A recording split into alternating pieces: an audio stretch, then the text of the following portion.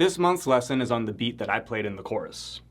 One of my favorite albums has the same kind of beat all over the place in it, and it used to confuse me. So since I've been confused by beats like this before, I figured you might be confused by it as well. So let's take a look at it and see what's actually going on.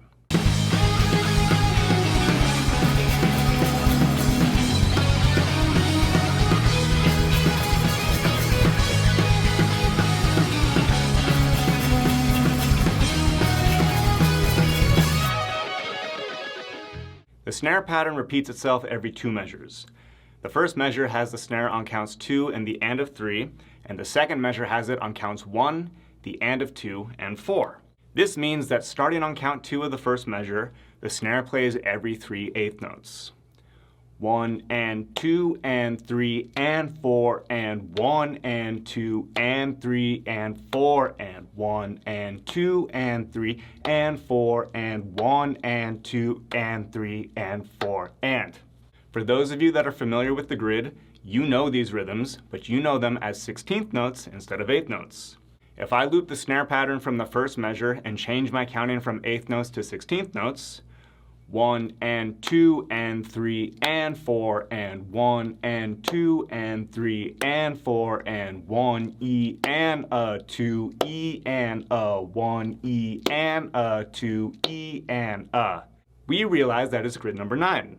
If I do the same thing with the snare pattern from the second measure, 1 and 2 and 3 and 4 and 1 and 2 and 3 and 4 and 1 E and a 2 E and a 1 E and a 2 E and a.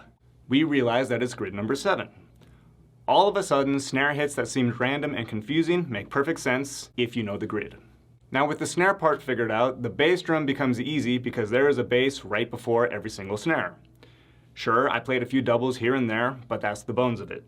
Now, while I think keeping the snare counts in mind and placing the bass drums right before them is the easiest way to go about this, we could look at the counts the bass drum is on and see what's happening there.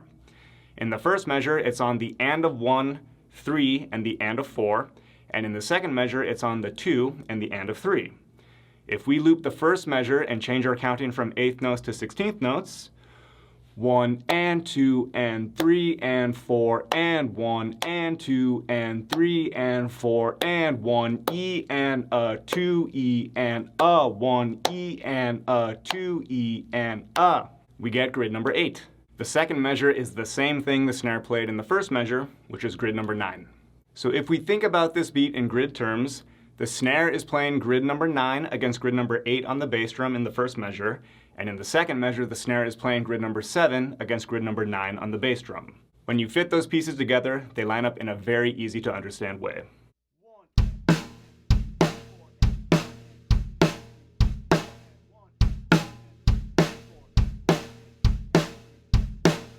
To tie it all together, the cymbal part is playing quarter notes.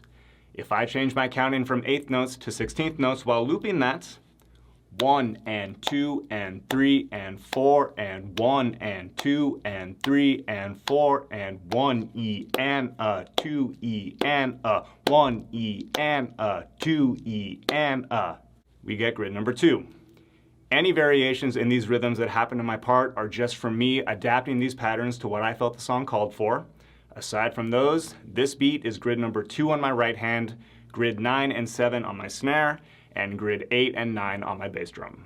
So we now know what I was doing in the chorus, but I have to point out that line 2 from the grid just showed up all over the place again in this part. Rhythms from this line have been showing up in a lot of these lessons, and they're going to be showing up in future lessons too, so you really should get to know them because they're extremely popular rhythms in music.